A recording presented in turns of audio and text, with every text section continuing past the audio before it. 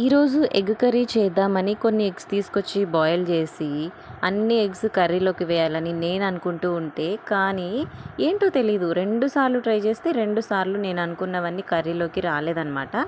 అది విషయం ఏంటో తర్వాత మాట్లాడుకుందాము. ఎగ్ కర్రీ విషయానికి వస్తే చాలా టేస్టీగా కుదిరింది. నాకు చేయడం కూడా చాలా ఇష్టంగా అనిపించింది ఎందుకో ఈరోజు ఎగ్ కర్రీ. అసలు విషయం ఏంటంటే నేను ఈరోజు 10 ఎగ్స్తో కర్రీ చేయాలనేసి 10 ఎగ్స్ బాయిల్ చేశాను అనమాట. అదేంటో తెలీదు, ఫస్ట్ టైం 10 ఎగ్స్ పెడితే ఒకటి బ్రేక్ అయిపోయింది. ఓకేలే ఇంకొకటి వేసి బాయిల్ చేద్దాం అనుకుంటే అది కూడా బ్రేక్ అయిపోయింది. అదేంటో ఈరోజు 9తోనే నేను కర్రీ చేయాలని ఉందనుకుంటా. అంతే, ఒక్కొక్కసారి మనం అనుకున్నవన్నీ జరగవుగా. ఈసారి ఇలా కానిచ్చేద్దామని 9 ఎగ్స్తోనే కర్రీ చేశాను. సూపర్ డూపర్ హిట్ అయిపోయిందనమాట. నాకైతే చాలా నచ్చింది.